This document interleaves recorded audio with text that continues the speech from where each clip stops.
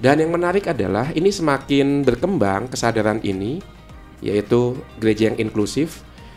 Sinode Asia dalam dokumen terakhirnya melalui para uskup se-Asia FABC di artikelnya 169 juga mengatakan hal yang sama. Gereja Asia ingin menjadi rumah yang inklusif untuk semua anak-anaknya dan mendapatkan perhatian khusus mereka yang kerap kali dilupakan dan disingkirkan. Perempuan, mereka yang punya disabilitas, miskin, mereka yang dipenjara, dan disebutkan kembali mereka yang kerap kali dilabeli LGBT. Ini bakalan akan panjang sih pastinya, jadi pastikan listeners stay with us karena aku yakin pasti akan banyak sekali insight. Tapi kita butuh yang sebenarnya clear dulu at the first bahwa ketika ada pertanyaan, jadi apakah pandangan gereja Katolik spesialisasi terkhususnya gitu ya, bagaimana pandangan gereja Katolik terhadap LGBT, apakah termasuk dalam perbuatan dosa?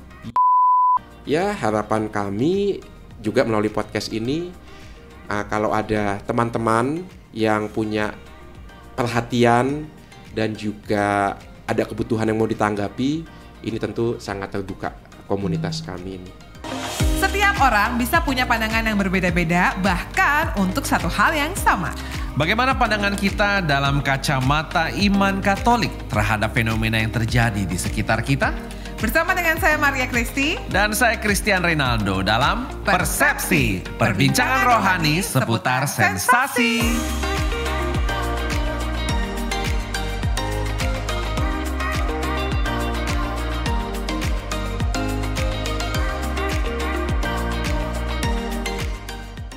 Hi listeners, how are you and welcome back to Persepsi. Perbincangan rohani seputar sensasi.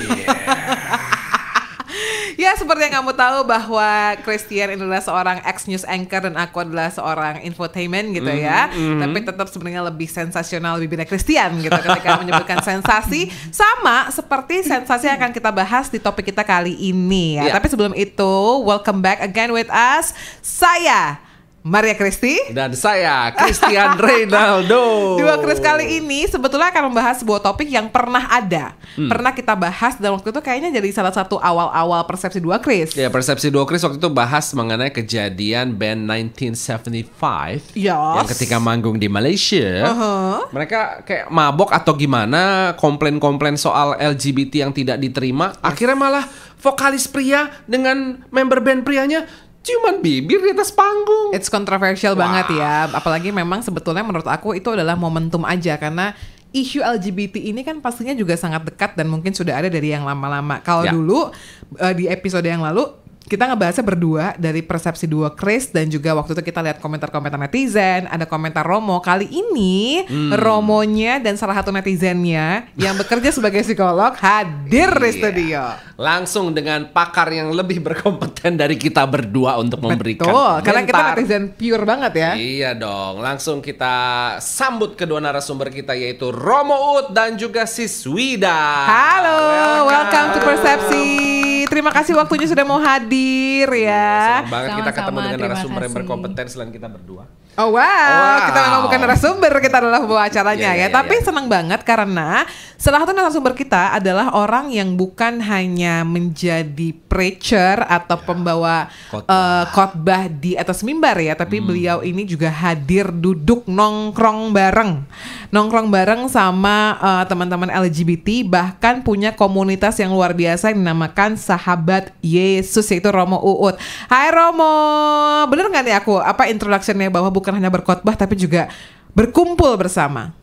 Betul. Jadi kita sering hangout sama teman-teman Sahabat Yesus, ngopi bareng, nangis bareng ya. Dalam suka dan duka. Oh, air mata duka dan air mata suka. Sukacita. Komplit di situ. Ya.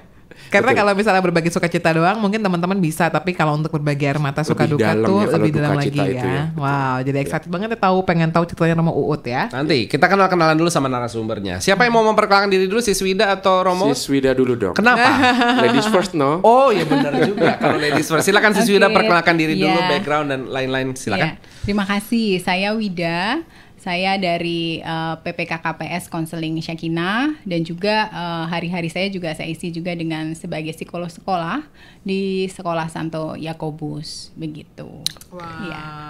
Tapi aku baru dengar tuh ya ada yang namanya kayak psikolog sekolah gitu. Karena kan apakah sama kayak guru BP atau gimana? Ya, kalau di Sekolah Santo Yakobus ada konselor yang memang di masing-masing unit TK sampai SMA itu hadir untuk tiap hari menemani, membimbing siswa-siswa ya.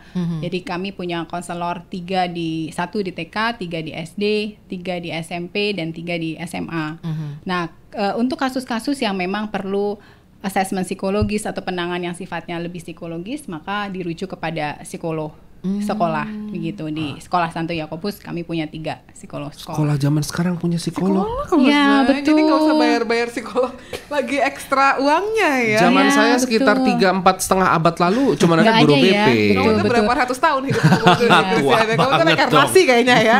Kayak umur ratusan tahun. Tapi maksudnya itu memang untuk SD-nya aja kah atau SMP-nya aja atau semuanya? Untuk semua dari TK sampai SMA, kasus-kasus yang dirujuk dihandle oleh psikolog itu kami tangani gitu. Karena memang kan makin kita paham bahwa makin kesini kesehatan mental jadi semakin penting ya untuk mendukung proses belajar anak gitu. Apalagi sekarang proses belajar tuh agak-agak berat ya. Saya lihat tuh kayak keponakan-keponakan saya tuh baru kayak SD tapi tasnya berat banget cuy. SD itu bahan pelajarannya kayak waktu saya SMA 3 lah. Nah, kan Papa Christian berkomentar ya akhirnya. Oke, thank you Siswida perkenalannya. Kalau Romo, apa nih kesibukannya sehari-hari, aktivitasnya? Ya, kesibukan saya yang pertama mendampingi para calon imam untuk Keuskupan Agung Jakarta. Ada 30 frater, 30 calon imam yang tinggal bersama saya. Yang kedua, mengajar teologi di Sekolah Tinggi Filsafat dan Teologi di Riarkara, Cempaka Putih. Maka saya menjadi dosen. Saat ini semester ini 2 kali seminggu mengajar. Yang ketiga, saya juga ketua komisi kata ketik Keuskupan Agung Jakarta. Maka mendampingi para katekis dan membuat program untuk katekese se-Keuskupan Agung Jakarta. Itu daily rutin saya. Daily activity ya. Daily activity. Ini menarik banget Romo karena di satu sisi Romo ini adalah seseorang yang memang sebagai seorang pemimpin juga pastinya jadi part of church juga yang dekat dengan laki-laki gitu, maksudnya dengan para Romo dan juga sebagai pengajar juga. Tapi di satu sisi Romo juga sebagai seorang laki-laki yang berdekatan dengan para laki-laki, terutama mungkin teman-teman LGBT yang gay gitu ya, yang mengalami masalah atau mungkin harus menghadapi sebuah situasi yang tidak mudah sebagai seorang laki-laki. Itu sebenarnya awalnya gimana tuh Romo sampai akhirnya bisa berjalan di dua sisi yang cukup bertolak belakang lah ya? Oh iya. Nanti mungkin sambil berjalannya pembicaraan kita akan lebih dalam lagi tentang sejarahnya, tapi secara singkat bisa dikatakan ini tidak lepas dari tugas saya sebagai ketua komisi kata ketik. Tahun 2021 Keuskupan Agung Jakarta memilih arah dasar keuskupan penghormatan pada martabat manusia.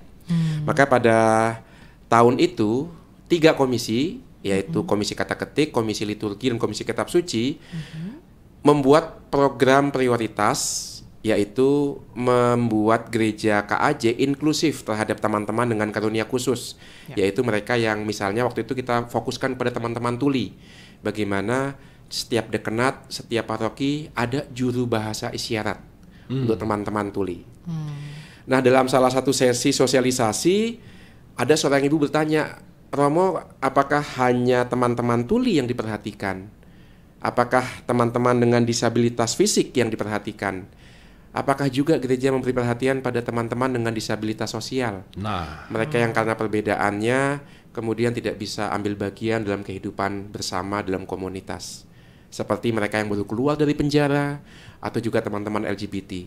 Nah, itu pertanyaan yang muncul ketika kita sosialisasikan juru bahasa isyarat. Maka waktu itu saya jawab spontan, iya kami akan memperhatikan. Setelah itu saya mikir, gimana caranya ya? Itu.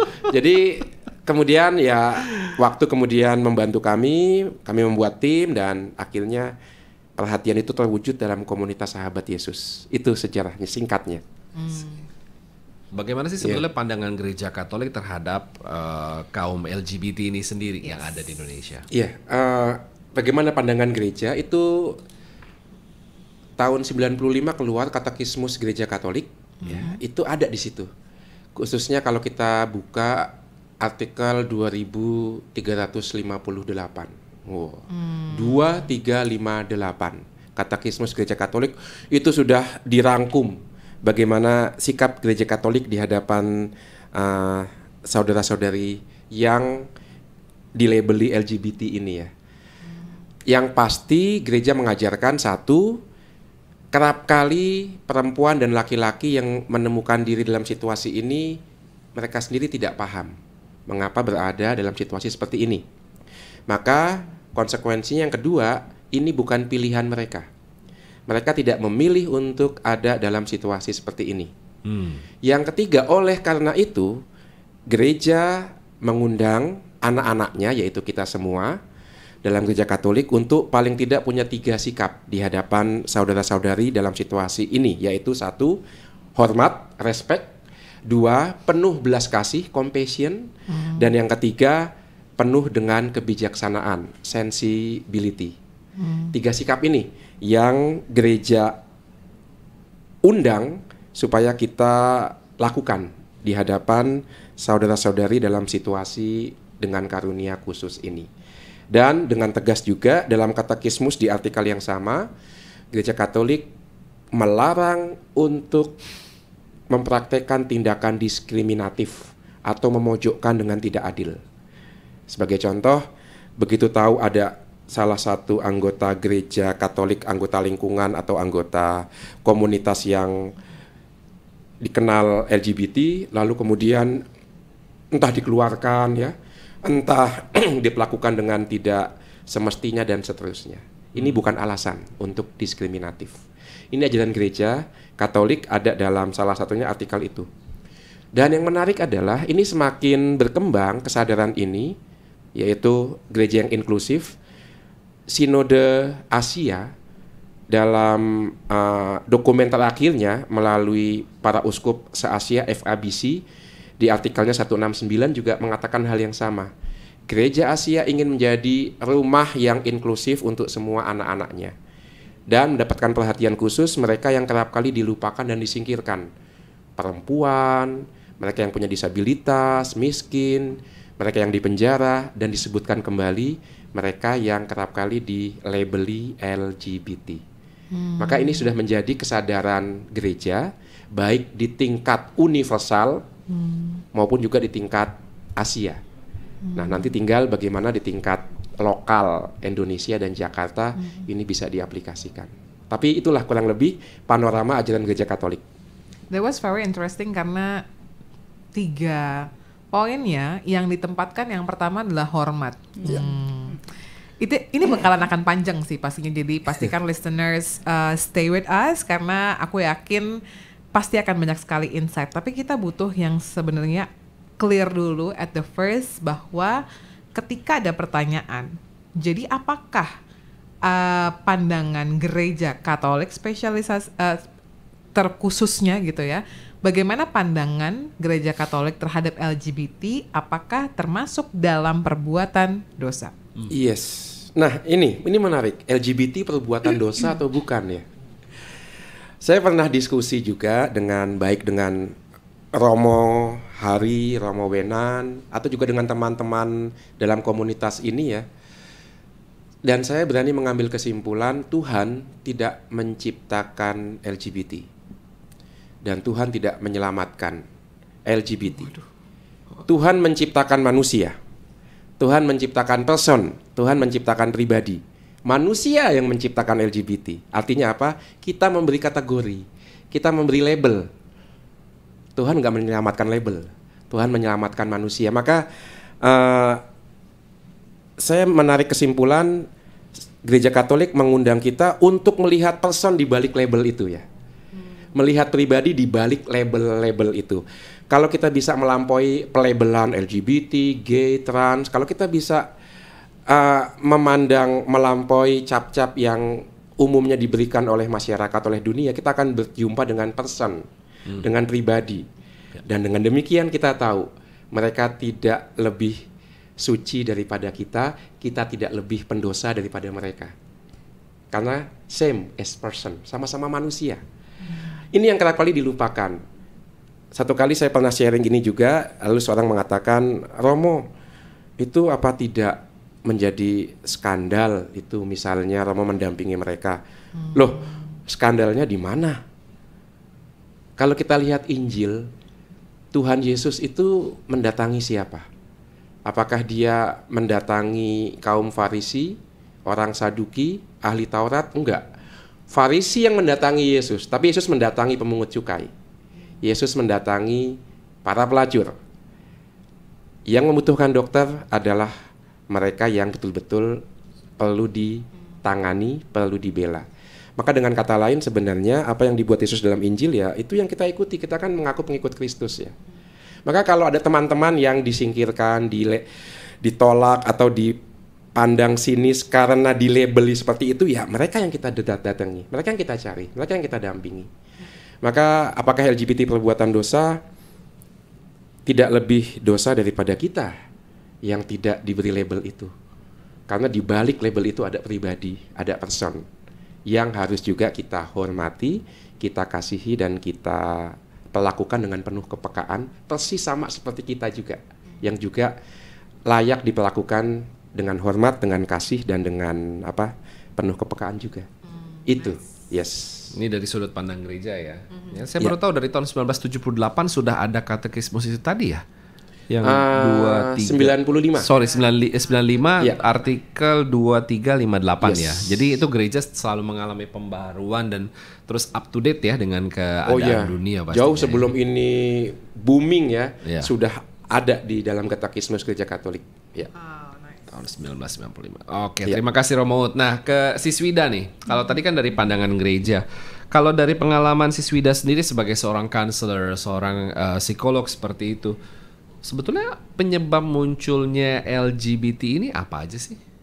Oke, kalau dilihat dari ilmu psikologi gitu ya, jadi research penelitian yang mengatakan atau mencari tahu sebenarnya kenapa ada mereka yang orientasi seksualnya tidak hetero tapi juga homo gitu ya. Jadi yang gay, yang lesbian. Ada banyak faktor. Mulai dari faktor yang sifatnya genetik gitu ya. Kalau genetik itu kan ada kaitannya dengan kromosom mana yang dominan.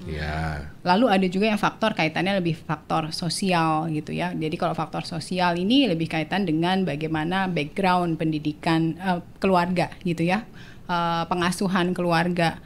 Lalu juga bagaimana hubungan interaksi dengan teman, pergaulannya dia, lalu dengan sosial masyarakat, itu juga akan bisa berpengaruh terhadap menjadi penyebab ada yang namanya mereka-mereka yang termasuk dalam LGBT itu. Jadi faktornya memang sangat banyak gitu.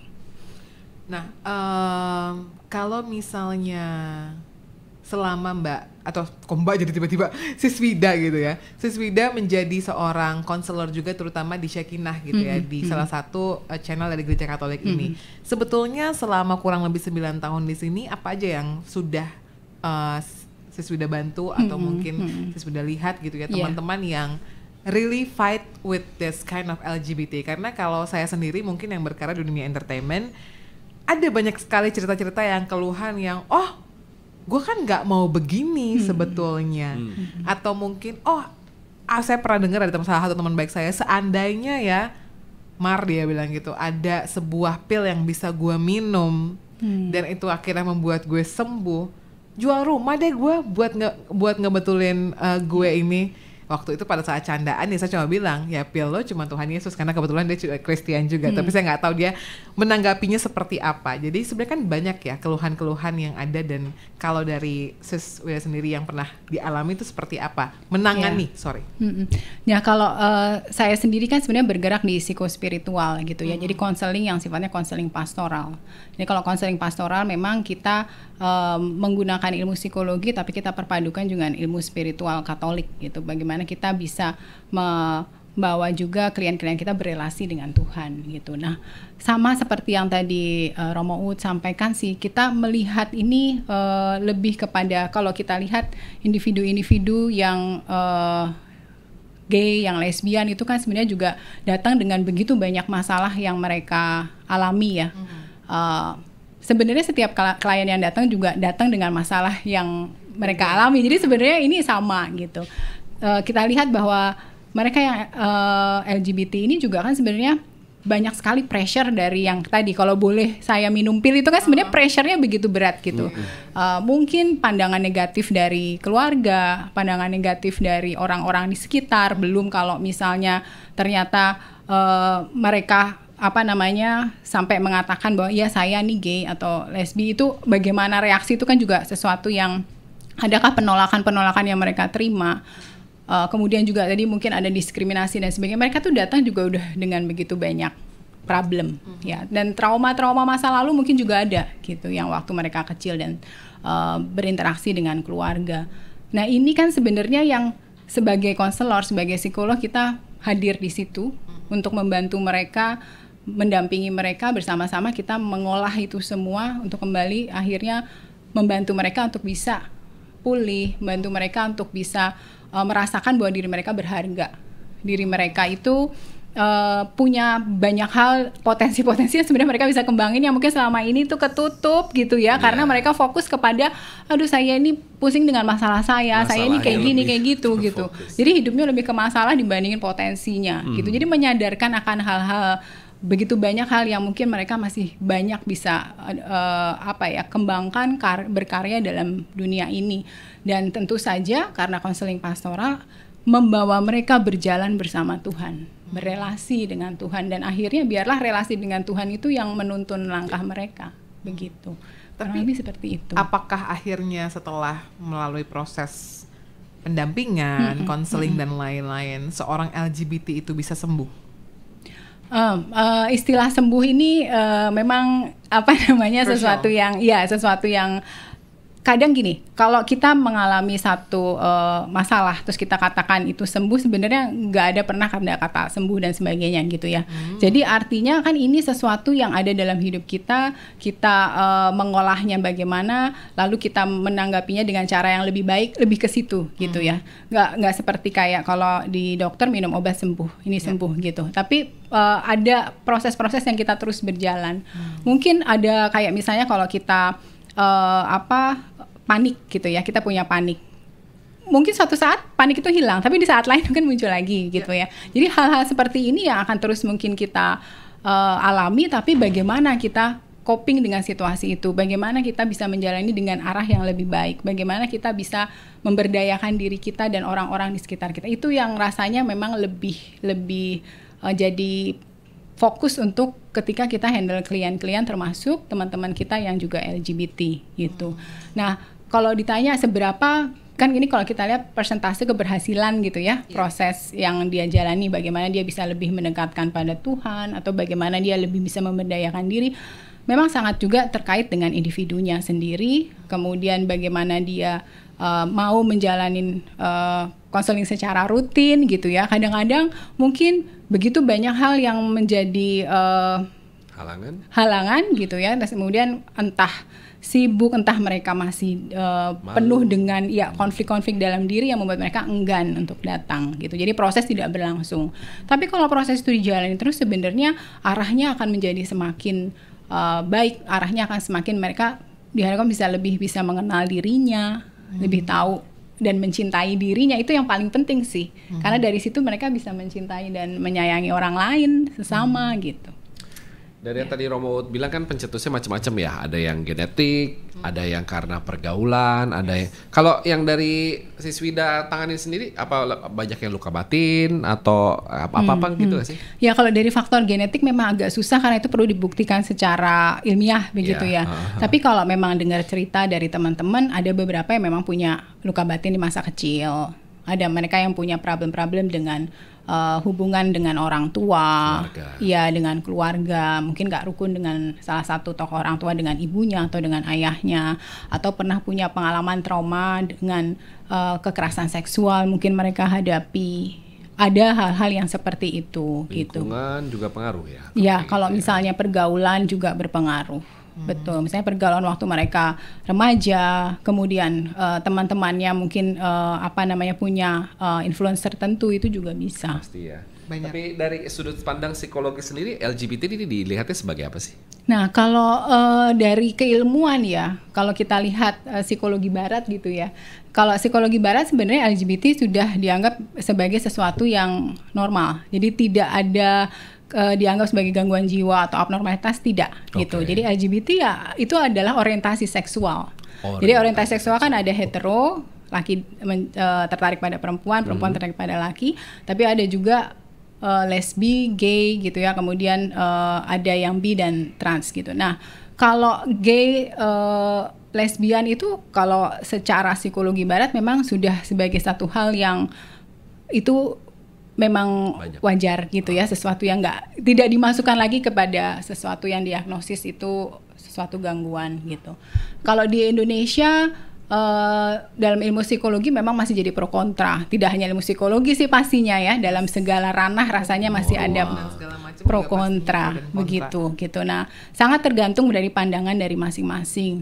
Tapi memang kembali lagi kalau kita sebagai kalau saya memang percaya kepada yang namanya psikospiritual dan konseling pastoral, arahnya seperti yang tadi itu ya, kita belajar untuk membawa setiap individu kembali dekat kepada Tuhannya gitu, berelasi, dan sebenarnya kasih Allah itu yang nanti akan mereka rasakan dan memulihkan mereka.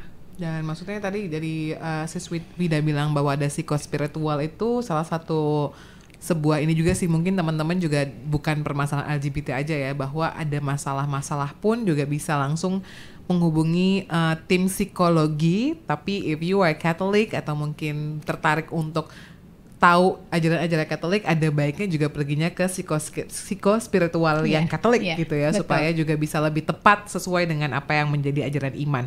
Nah, kalau mungkin aku langsung ke Romo Uut lagi deh. Romo, tadi semenjak ada seorang ibu yang datang ke Romo dan bilang, gimana dong teman-teman dengan karunia khusus yang memang adanya pada LGBT ini, baik dia seorang gay, lesbi, biseksual ataupun transgender atau transseksual itu. How was it at first gitu, ketika jadi saya sebagai seorang Romo gitu ya, harus memang punya panggilan peduli terhadap itu. Dan dari momen-momen itu, apa langkah awal-awal Romo, cerita awalnya gimana, sampai akhirnya Romo sudah terbiasa, bahkan sudah punya teman-teman di Sahabat Yesus. Dan bahkan sampai dengan sekarang terus berkarya gitu kan. Itu pasti perjalanan yang panjang. Iya, reaksi pertama tentu karena ini juga jadi menarik bahwa kalau kita lihat perhatian kepada mereka yang kerap kali kita lupakan gitu ya, karena keluar dari radar kehidupan sehari-hari, itu kok nyambung gitu. Perhatian pada teman-teman dengan karunia khusus, yaitu mereka yang disabilitas, itu nyambung dengan perhatian kepada orang-orang di penjara juga. Perhatiannya nyambung juga misalnya kepada single mom gitu ya, yang juga berjuang. Jadi rupanya perhatian pada satu person itu dengan mudahnya menular ke person yang lain yang kerap kali di luar radar kehidupan kita sehari-hari. Maka ketika TSBP 3, yaitu Komisi Liturgi, Kitab Suci, dan Komisi Kata Ketik menaruh perhatian pada gereja inklusif bagi teman-teman tuli, ketika ada permintaan untuk perhatian kepada teman-teman LGBT, tidak terlalu sulit.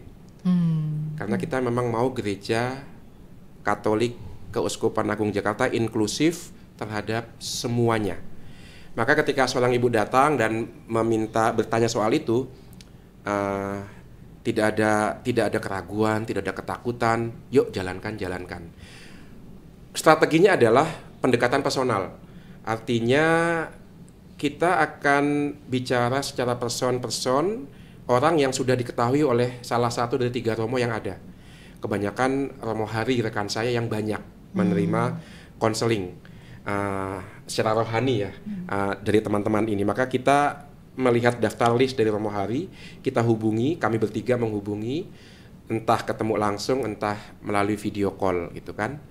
Lalu dari sekian banyak orang yang sudah video call, kita buat kesepakatan, buat komunitas, buat kelompok pesan. Lalu kita ngumpul bareng, dan kemudian Romo Wenan yang saya ingat ngasih usul namanya Sahabat Yesus. Dan itu yang menarik adalah pertemuan kami secara onsite, secara fisik pertama itu pada minggu kedua Paskah.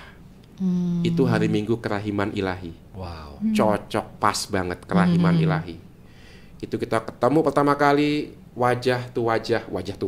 Face to face. Aduh, bisa aja nih Romo Urti. Dandannya bapak-bapak banget ya. Iya. Face to face gitu ya. Oh ini tuh, oh kamu tuh, oh kamu kok lebih langsing daripada di video. Itu seru itu. Waktu itu kalau nggak salah 15 orang. Di luar Romo, 3 Romo dan 1 suster, ada suster juga. Itu tahun berapa Mo? 2021. Oh sih masih baru ya, maksudnya belum lama banget belum gitu begitu kan? lama. Itu pertama kali ketemu dan Ekaristi pertama kita adakan pada hari raya Kerahiman Ilahi itu. Wow. Dan tidak ada yang tidak terharu ya, karena ada yang 10 tahun nggak pernah ke gereja, ada yang sudah belasan tahun nggak nerima komuni ya karena itu ya merasa aku ke gereja Katolik nggak at home. Aku nggak bisa diterima. Maka ketika ada satu komunitas Katolik, ada 3 Romo di situ menerima mereka, ya kami kemudian ya seperti langsung gitu ya connect gitu. Dan ini terus berjalan. Singkat kata, kalau boleh dikatakan bagaimana kesembuhannya adalah kesembuhan kami semua yang ada di sini, termasuk para romonya. Karena istilah sembuh itu untuk kami berarti kami berdamai dengan diri kami. Itu yang kami maksudkan dengan sembuh. Kami berdamai dengan diri kami, dan sesuai dengan ajaran gereja, tadi Ibu Wida juga menyampaikan bagus sekali, berjalan bersama Yesus, entah sedang up, entah sedang down. Itu kita selalu ada bersama. Dan ujung-ujungnya nanti apa? Masing-masing dari kami bisa menemukan maunya Tuhan itu apa dalam situasi kami masing-masing. Itu kesembuhan yang kami cari. Maunya Tuhan apa terhadap kami sebagai komunitas maupun terhadap individu-individu yang unik ini. Dari yang awalnya 15 sekarang udah berapa banyak nih sahabat Yesus? Tetap segitu, tapi banyak simpatisan. Yang mungkin tidak mau bergabung, tapi kalau ada kami bikin acara ikut. Acara kami apa aja sih? Hangout bareng gitu ya, nongkrong bareng ya. Di tempat-tempat yang rame, ngomong, ngopi bareng, lalu curhat, makan bersama, lalu juga bakti sosial ya. Kita bakti sosial juga ya. Baksos. Rencananya nanti tahun ini akan kami adakan baksos untuk Natal bersama. Kemarin baksos itu baksos Paskahan ya. Kami mengunjungi tempat di mana anak-anak jalanan itu dikumpulkan, lalu kita nyanyi bareng, main bareng, membagikan alat tulis. Jadi pertemuan rutin kami seperti itu. Kalau ada misalnya kemarin tahbisan Romo Wenan ya, misa perdana bersama komunitas, kita ngumpul seperti itu. Itu kebersamaan dan kegiatan bersama kami. Dan yang menarik adalah ada 2 orang bergabung, tapi lebih sebagai orang tua. Dua-duanya sih laki-laki, maka ini opa-opa mereka ini. Dan mereka senang banget ada opa gitu kan ya. Figur laki-laki yang tegas, punya prinsip, tapi menerima mereka apa adanya. Wow. Ya, itu. Jadi 2 laki-laki ini, 2 bapak-bapak ini memberikan mereka banyak nasihat, banyak wisdom untuk kehidupan, dan mereka bisa nerima dengan enak gitu, karena tahu nasihat yang diberikan 2 bapak-bapak ini untuk kepentingan mereka. Lalu mereka tanya, Romo kenapa sih baru kali ini 2 bapak ini diajak masuk gitu? Dari dulu kayak mereka happy banget. Maka pelan-pelan rupanya keluarga kami ini membesar, ada banyak orang terlibat, dan ya harapan kami juga melalui podcast ini, kalau ada teman-teman yang punya perhatian dan juga ada kebutuhan yang mau ditanggapi, ini tentu sangat terbuka komunitas kami ini. Wow. Yes. So, LGBTQ, sahabat Yesus semuanya ya berarti? Iya, semuanya ada. Yang lesbi tidak bisa gabung karena ketika kami kontak dan kami hubungi memang mereka sempat ketemu, sempat berjumpa, tapi karena tugas pekerjaan dan studi ya, harus ada di luar negeri, di luar kota gitu ya, jadi nggak bisa gabung. Tapi semuanya sih hampir ada ya, komplit. Maksudnya ketika nanti ada teman-teman yang mungkin sekarang harus fight with the lesbian dan mereka mau gabung ke Sahabat Yesus, apakah mungkin welcome. Buka kan? Welcome gitu ya. Ya, itu singkatnya apa aja sih? Gue kan agak-agak ini ya orangnya ya.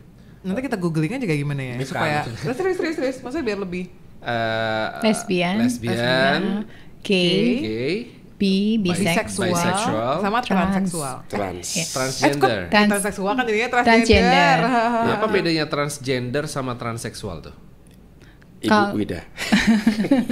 Sebenarnya istilah ini dipakai silih berganti sih, tapi memang ada penjelasan yang lebih detail gitu ya. Ada beberapa orang yang nggak suka dibilang transseksual, mereka lebih senang dibilang transgender. Tapi sebenarnya kalau dilihat kan transgender itu mereka yang secara identitas gendernya berbeda dengan jenis kelamin waktu mereka lahir secara biologis gitu ya. Jadi misalnya mereka lahir sebagai laki-laki tapi merasa dirinya perempuan atau sebaliknya, itu transgender. Nah, kalau transseksual biasanya mereka sudah memproses dengan sampai melakukan operasi gitu. Ada tindakan-tindakan medis yang dilakukan untuk membuat mereka menjadi seperti yang mereka gender yang mereka inginkan gitu. Itu sih. Nah, itu dia ya. Nah, kemarin ini aku mau sedikit melenceng ya, karena mungkin kan teman-teman aku tuh banyak banget gitu yang maksudnya mereka harus face with the LGBT. Jadi kemarin ada salah satu teman baik kita yang akhirnya dia dari konselor biasa, dia mengambil ilmu hipnoterapi. Lalu karena kita masih berteman, akhirnya kan kita update dong. Oh, gimana kabarnya si ini. Lalu salah tercetus sebuah kalimat gitu bahwa si A akhirnya beberapa bulan lalu menjalani hipnoterapi, which is hitungannya masih bulan ya, waktu masih di tahun yang sama. Dan puji Tuhan, akhirnya dia merasa bahwa dia sudah sembuh dari situasi gay-nya tersebut. Karena setelah ditelusuri bahwa ketika masuk ke dalam alam bawah sadarnya, ada sebuah kenyamanan yang terjadi pada saat dia sekolah dasar bersama dengan teman-teman laki-lakinya yang dia tidak dapatkan dari figur ayah. Itu adalah case dari teman kami si A ini. Tapi bagaimana sih mungkin gereja Katolik ini melihat adanya beberapa sarana atau mungkin metode yang dianggap bisa menyembuhkan LGBT ini? Iya. Seperti saya katakan tadi, kesembuhan yang kita perjuangkan dalam komunitas adalah kesembuhan untuk semua. Jadi entah itu teman-teman LGBT maupun juga kami yang ada di situ yang mendampingi mereka para romo, kami sama-sama mencari kesembuhan. Kesembuhan yang kami cari adalah mengetahui rencana Tuhan bagi kami masing-masing. Itu kesembuhan yang kami cari. Tuhan maunya apa sih dengan kami, dengan saya ya. Itu satu-satunya kesembuhan yang kami cari. Maka untuk itu komunitas menyediakan atmosfer, situasi, lingkungan yang membuat teman-teman ini pertama-tama at home dengan diri mereka, berdamai dengan dirinya sendiri. Istilahnya coming in dulu. Sebelum bisa ngaku ke orang lain, coming out tentang siapakah saya, berdamai dulu dengan diri sendiri, coming in dulu. Itu yang coba kami ciptakan dalam komunitas. Teman-teman dibantu untuk coming in, dan ternyata bukan hanya untuk teman-teman LGBT, untuk siapapun yang ada di komunitas, termasuk juga para romonya. Karena berdamai dengan diri sendiri kan nggak pernah selesai ya, Ibu Hidayah. Kita punya banyak hal yang harus kita hadapi. Maka bersama mereka kami berhadapan dengan cermin.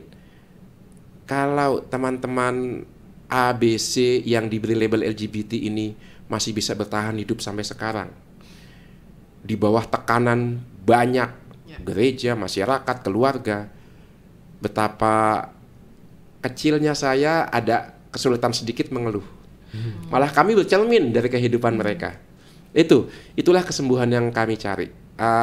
Kesembuhan lainnya itu tidak itu di luar program kami, tapi kami menyediakan rumah keluarga untuk teman-teman yang mungkin bisa membantu. Seorang teman gay cerita kepada saya, Romo, ini keluarga kita ini bukan masalah belas kasih, ini masalah survival. Ada banyak orang anak muda yang tidak diterima karena keadaan situasinya seperti itu, lalu ya karena tidak tahan dengan hidupnya, lalu mengambil jalan pintas. Maka adanya komunitas seperti ini, kata teman saya yang gay itu, ini masalah survival, Romo. Hidup atau mati. Sampai segitunya ya.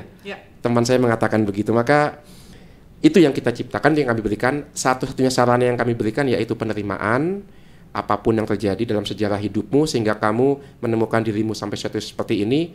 Silahkan datang ke dalam komunitas itu.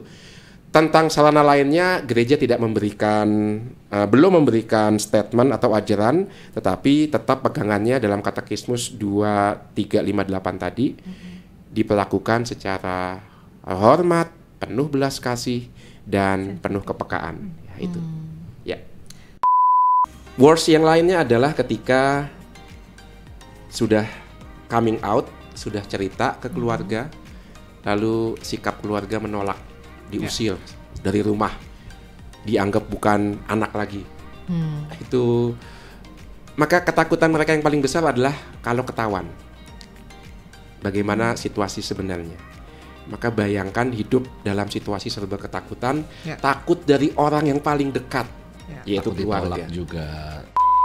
Karena memang arahnya konseling pastoral, jadi kan sebenarnya kita lihat bahwa Tuhan bekerja dalam segala sesuatu gitu ya Romo ya, untuk mendatangkan kebaikan. Dan kalau dilihat dalam situasi ini justru kita bisa bersyukur bahwa ini bisa jadi satu cara juga bahwa semua mengalami pemulihan, baik keluarganya maupun anaknya.